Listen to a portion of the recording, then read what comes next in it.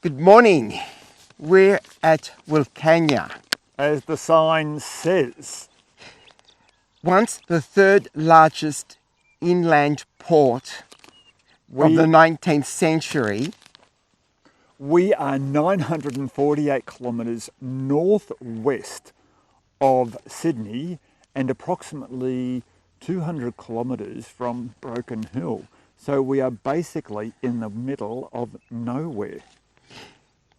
WiLCANNiA was once known as Queen City of the West. But I think that's an exaggeration. We haven't got there yet, but anyway, I'm looking forward to doing our little historic walk. We're on the Darling River, so being an inland port, we look forward to exploring the architecture of this town. Now, did you say that it was once the third largest town or city port on the Darling River? Well, we'll check it out, but I don't have great expectation. WiLCANNiA means a gap in the bank where the floodwaters would escape. That's in the Aboriginal language, of course. Not inspiring at the moment. Let's go and check out the town.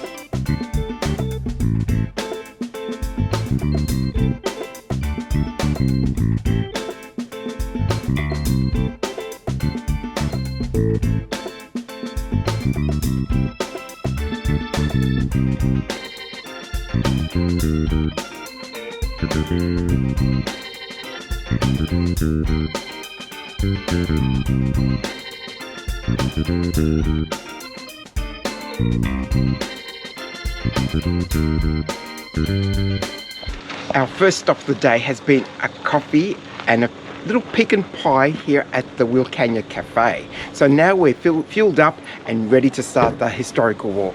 Let's go and discover.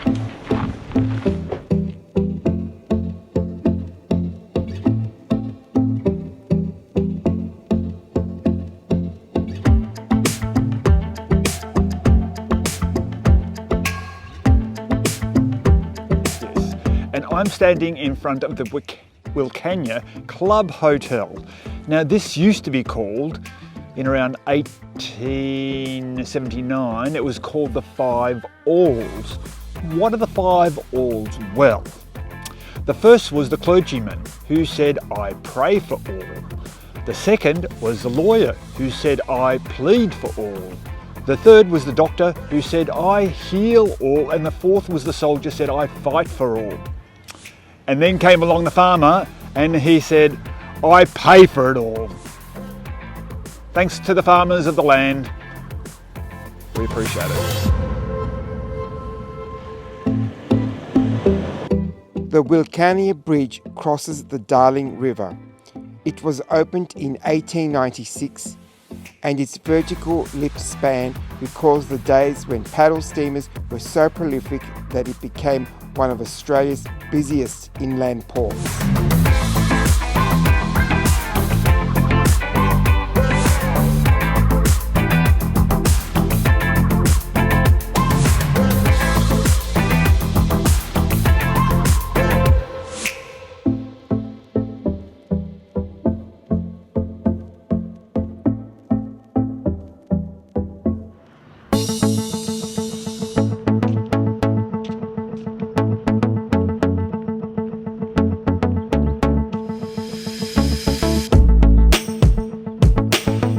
I'm standing in front of the old jail, which was built in 1881, but notice the front portico, which was added at a much later date.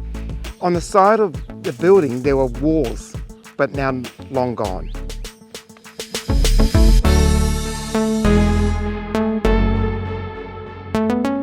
In front of me is an example of one of the many warehouses operating in WiLCANNiA around 1890. These warehouses had immense storage and were completely dependent upon the river, which was not always navigable They had to keep huge supplies in stock when the river was high. Steamers arrived daily, loaded with fencing wire, timber for all kinds, flour and general merchandises.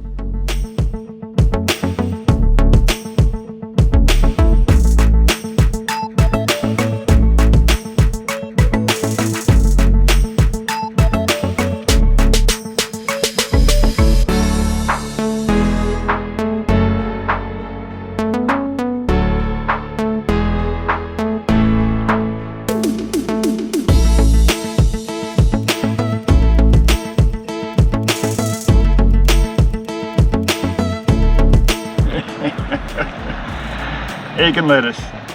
That's lunch. WiLCANNiA, cooked through. $2.24. Whilst Peter said he's having an egg and lettuce sandwich, I've opted for the pasty. Well, it was the only one Cheers. left.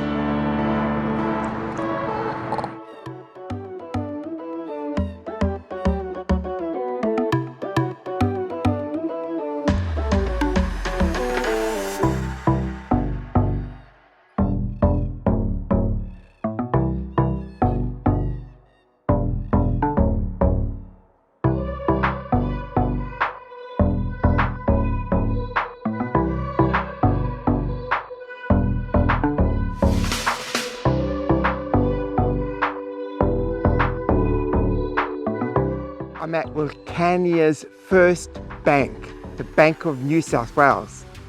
It was built and opened up its doors in 1884.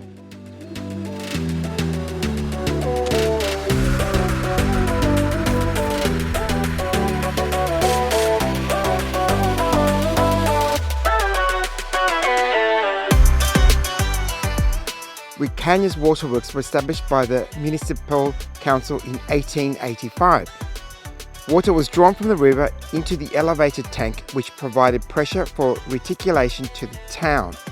The river was a precious source of supply at the best of times. The WiLCANNiA water supply was built in 1886. I'm at the final stop of the day at the hospital. Quite an impressive structure.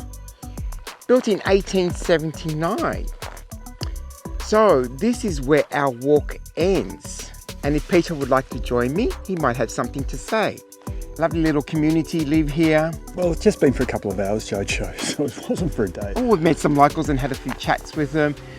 We've also had some coffee and a snack at the cafe, local cafe, and we have just finished our walk here.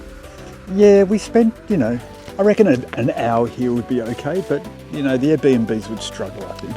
So if you're interested in doing a heritage walk in the area, pick up a brochure and it's all documented, each point of interest, as well as place boards around the interesting buildings that are in the area. Take a walk around and enjoy the architecture. I think you'd have to be a person who enjoys a little bit of the obscure. See you on our next adventure. Bye. Bye, folks.